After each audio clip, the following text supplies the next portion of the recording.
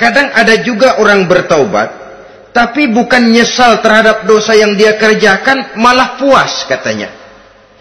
Dia ngomong sama teman-temannya, saya dulu zaman muda sudah kenyang judi, kenyang zina, kenyang mabuk-mabukan, sudah puas. Sekarang tinggal benernya saja, saya sudah taubat. Taubatnya sih bagus, tapi puasnya itu yang jelek. Kenapa harus dikatakan puas? Bukan puas, menyesal.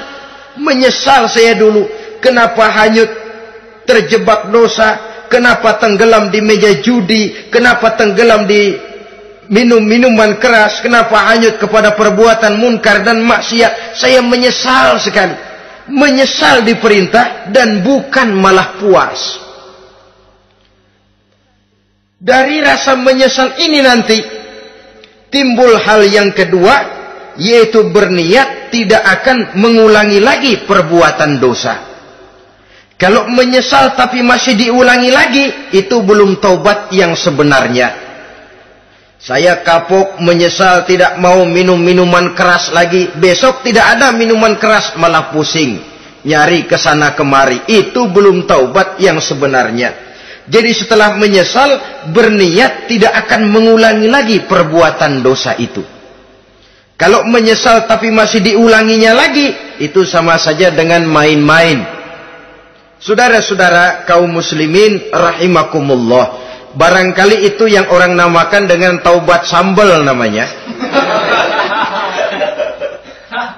Kita kalau makan nasi pakai sambal, pedesnya bukan main, repot, marah, ngomel. Gila, sambal pedes bukan main, taubat sama sambal. Taubat sama sambal katanya. Tapi 2-3 hari kemudian dia makan lagi, nggak ada sambal, nyari. Kemarin sudah taubat, 2 hari kemudian malah nyari. Ini bukan taubat yang sebenarnya. Penyesalannya tidak diiringi dengan berniat untuk tidak mengulangi perbuatan dosa itu selama-lamanya. Saudara hadirin, kita sudah taubat, tidak mau lagi minum minuman keras. Datang teman, minum ya? Enggak mau. Kenapa? Saya sudah taubat. Yang benar, benar. Kalau dibayarin, udah. Jadi rupanya taubatnya itu cuma karena nggak ada yang bayarin. Begitu datang yang bayarin, berangkat lagi. Itu belum lagi merupakan taubat yang sebenarnya.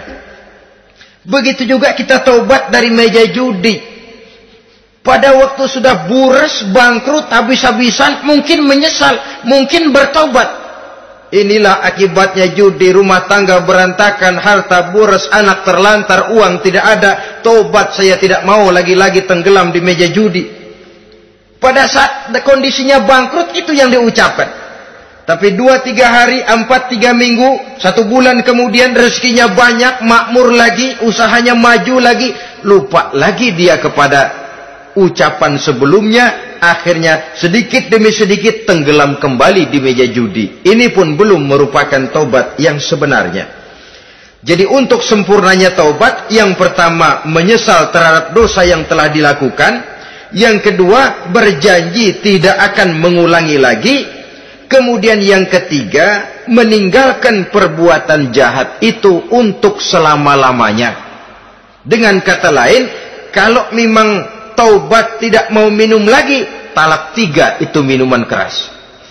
Kalau memang niat tidak akan berjudi lagi, talak 3 itu segala macam bentuk perjudian, meninggalkan perbuatan jahat. Yang keempat, menunaikan semua fardu dan kewajiban.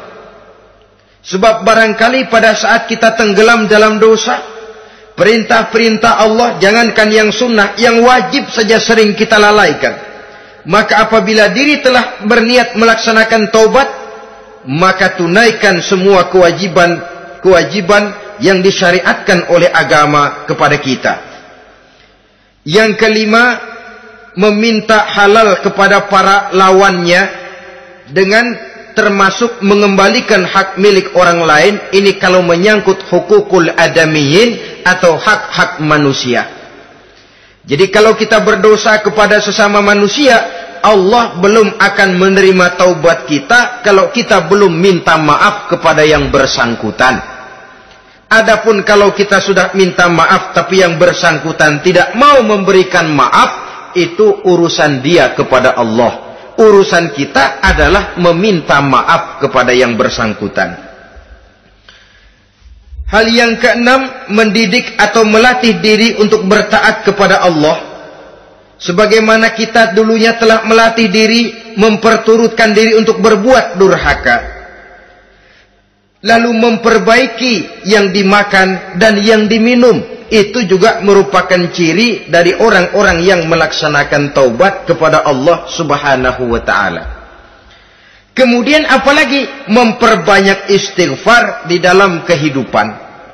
Disabdakan oleh Nabi, inna likulli da'in dawa'un wa dawa'u zunubi al-istighfar. Sesungguhnya segala macam penyakit tentu ada obatnya, dan obat dari segala macam dosa adalah istighfar.